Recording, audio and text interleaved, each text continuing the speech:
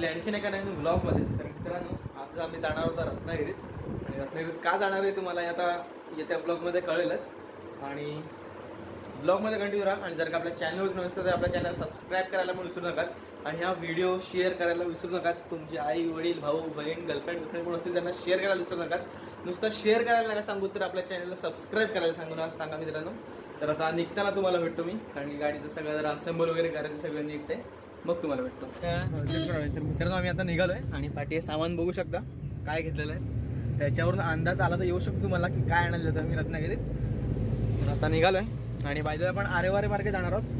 तर समुद्रावर आज पाऊस वगैरे पडतोय, समुद्र पूर्ण खोल असेल, व्ह्यू एकदम भारी असणार आहे जाताना.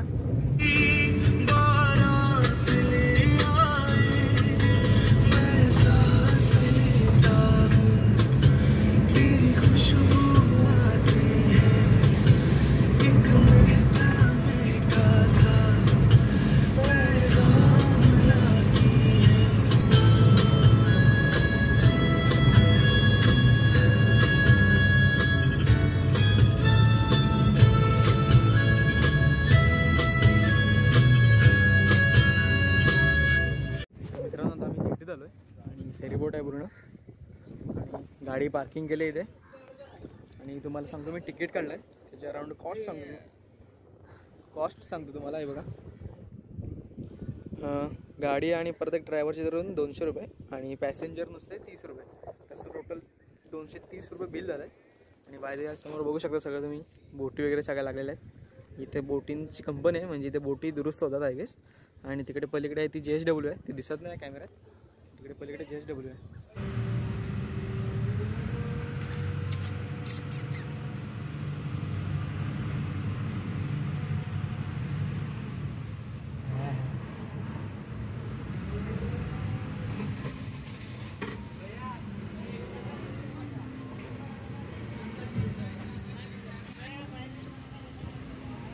सरळ निघाल तशी नाही.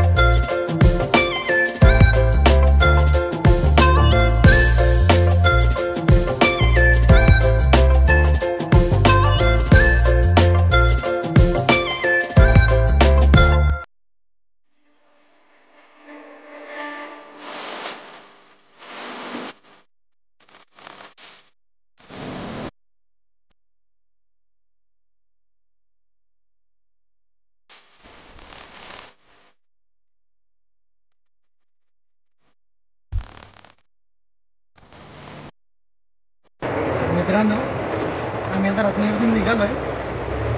आणि इथे असं झाला की ज्या कामासाठी आम्ही आलेलो ते काम काय झालं नाही. बाकीची सगळी आमची कामं झाली, फक्त ते एकच काम झालं आणि ते मेन काम होतं आमचं, तेच नाही झालं आहे. आणि आता बायदेवी घरात निघालो आहे. आणि हाच ब्लॉग मी आय गेस येत्या 3-4 दिवसात परत मी येणार आहे रत्नागिरीत त्या वस्तूसाठी परत. तर तेव्हाच तो ब्लॉग परत कंटिन्यू करेन पुढे. आता बायदेवी बाहेर पाऊस बघा किती पडता बघा.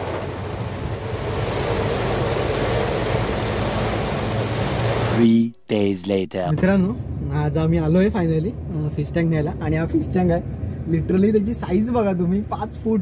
म्हणजे एवढं वाटलं नव्हतं एवढा होईल, पण आता लिटरली तो गाडीत बसताना पण कठीण झाला. पण कसा बसा करून त्याला मी बसवलं आता. आणि आता घरात उतरवताना खूप मजा येणार आहे मित्रांनो. जरा गडी करायला लागतील असं वाटतंय आम्हाला, कारण की आम्ही इथे उचललाय 5-6 जणात उचललाय. आणि घरी फक्त आहेत सावकाश चल, घरी फक्त आहेत 3 ते 4 जण. तर आता बघूया कसा न्यायचा याला घरी तो. तर ब्लॉगमध्ये कंटिन्यू राहा. जर का आपल्या चॅनलवर नसेल तर आपल्या चॅनल सबस्क्राईब करायला विसरू नका मित्रांनो. तर मित्रांनो आता फिश टँक आम्ही उतरवला आहे आणि उतरवताना अनफॉर्च्युनेटली मला व्हिडिओ करायला भेटला नाही कारण की जड भरपूर होता तो. तर असा विषय झाला की आम्हाला उतरवायला जवळ आम्ही 4-5 जण होतो आम्ही उतरवायला फिश टँकवर. तर फिश टँक आत्ता इथे ठेवला आहे आणि ह्याचा सेटअप पण इथेच उभा होईल. हा जो आपला टी व्ही आहे तो इथून भिंतीत माउंटेड होईल. फिश टँक जरासा 2 फुटा स्टँड करून वरती माउंटेड करून कलर वगैरे सगळं काम करायचं आपल्याला. तर तेव्हाच तो चांगला होईल फिश टँक. आणि तुम्हाला फिश टँकचा डेकोरेटचा व्हिडिओ आता बघायला नाही भेटणार, सगळं स्टँड वगैरे बनवण्याचा व्हिडिओ. कारण की आता माझं कॉलेज पण सुरू झालं आहे, तर कॉलेजला पण जायचं आहे तिकडे कोल्हापूरला. तर तो विषय काय, जेव्हा आपण गणपती झाल्यानंतर आणि दादाला पण जरा वेळ नाही, तर त्याचं गणपतीचं काम चालू आहे त्याच्यामुळे त्याला वेळ नाही. तर आपण गणपती झाल्यानंतर 27 ऑगस्ट नंतर आपण 2 दिवसांनी सुरुवात करू स्टँड बनवायला, सामान वगैरे आणून. तर तो ब्लॉग बघायचा तर आपल्या चॅनलला सबस्क्राईब करून ठेवा आणि बघाच मित्रांनो. तो ब्लॉग भारी असणार आहे. ते ब्लॉग 3-4 ब्लॉग येतील त्याच्यामध्ये, तर ते भारी असणार आहे. तर करूयात ह्या ब्लॉगचं. तुम्हाला ब्लॉग कसा वाटला मला नक्की कमेंटमध्ये सांगा. Bye bye.